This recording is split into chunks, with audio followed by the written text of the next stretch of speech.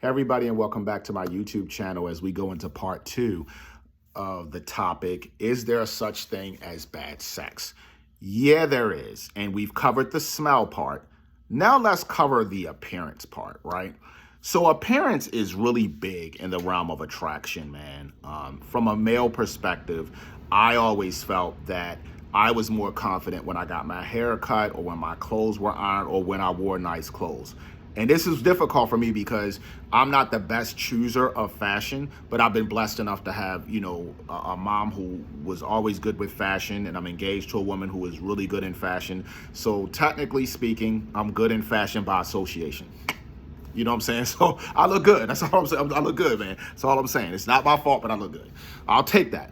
But I think as a guy, being attractive is the first step to being sexy, meaning the way you present yourself, the way you carry yourself. There's a confidence about you that breathes sexiness.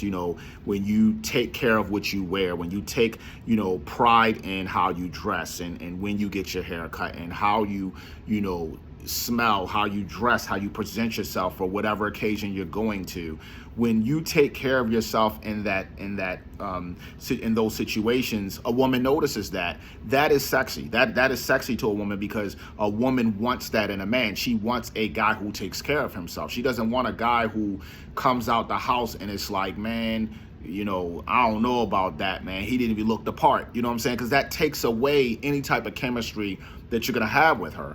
It's like, what was the sexual attraction? A lot of it, clothes play the part of that. It's, did he wear something nice? Did he smell nice? Did he wear a tie? Did he wear a suit jacket? Did he dress nice when he was around you? Women notice those things. Women talk about those things, man. They talk about us, man. So we got to represent, right? We got to represent when we out there. So, taking pride in who you are and what you do and whether it's your career and what you stand for. Be proud of that person that you are. That is what makes you sexy. That is what shows that you're confident. And that confidence is how it breathes sexiness out. So that's how you become sexy. You become confident in yourself. You become confident when you're with someone. You're confident as a person even if you're not with someone, right? But that is the way you are. That's also the type of person you want to attract.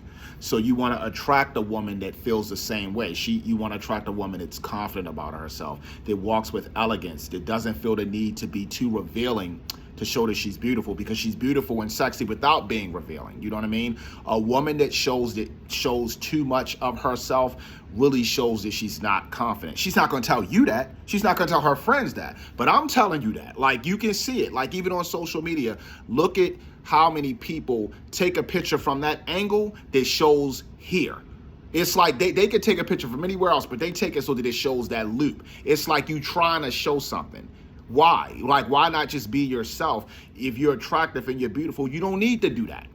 You know what I'm saying? You don't need to show cleavage. Who cares about the cleavage? You can leavage the cleavage. You get what I'm saying? We don't care about that. If you're a nice, attractive woman that's smart and intelligent, that is sexy in itself. That brings about the chemistry. That's how that chemistry leads to, strong sexual bonding, I would say. Again, I'm not having that. I'm an innocent lamb and everything out in the field of pasture. You know what I'm saying? But we're just talking about the topic in general. So this is the topic. I'm over here talking about the topic, right? So yeah, bad sex, I think, comes in when you just miscalculate the whole thing. And here's the story that I'm getting at. Let's call this guy Dumb Dumb Larry. Now, I've known Dumb Dumb Larry for privacy purposes. Dumb Dumb Larry I've known for, man, I'm talking like probably since I was like 14 years old. Now, Dumb Dumb Larry came from a very successful family. Both parents were very successful, very clean cut, probably in the upper class of income, to be honest. But Dumb Dumb Larry wasn't proactive in the job market as he got older. He wasn't like a person who was trying to really build on anything because he was living off of mom and dad. Well, any woman in their right mind, right, that comes from that space that we're talking about, that attractive woman that takes care of herself, that takes pride in what she does, that cares about her career and things like that, she's not going to go for that. And he knew that, right? So basically what he did was he went to this certain area that I'm not going to name that is in Baltimore County. And every woman this guy messed with was from that county. And we're talking over like a 15-year period. I'm surprised if none of them knew each other, because every woman came from that zip code.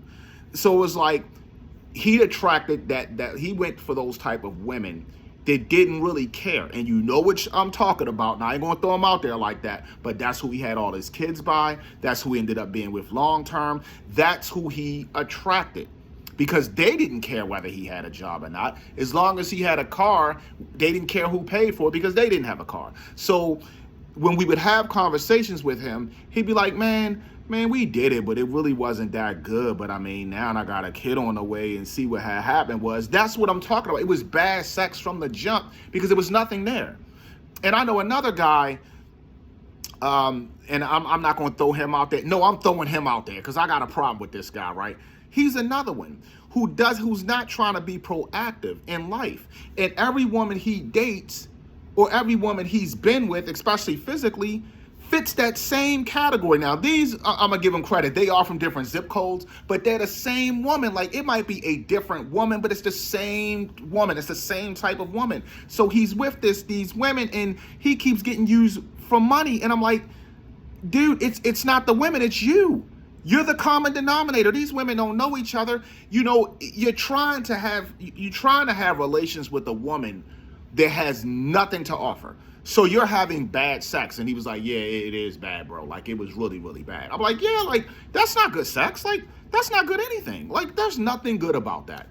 It would be good if he got out of it, you know what I mean? But, you know, I don't have nothing to do with that. So, yeah, bad sex kind of starts from the outside and creeps in. And then when you engage in that activity, you find yourself regretting what you did, because you look at the person that you had sex with, and it's like, I had sex with you? Wait, you? I mean, really, you? Why? And you asking yourself that question, like, how could I have sex with you? I shouldn't have did that. Like, are you sure it was you? Like, it was one of those moves. You know what I'm talking about? Like, it's like you had it, and then you realize that you had it, and then it hits you like, wait, I had sex with you?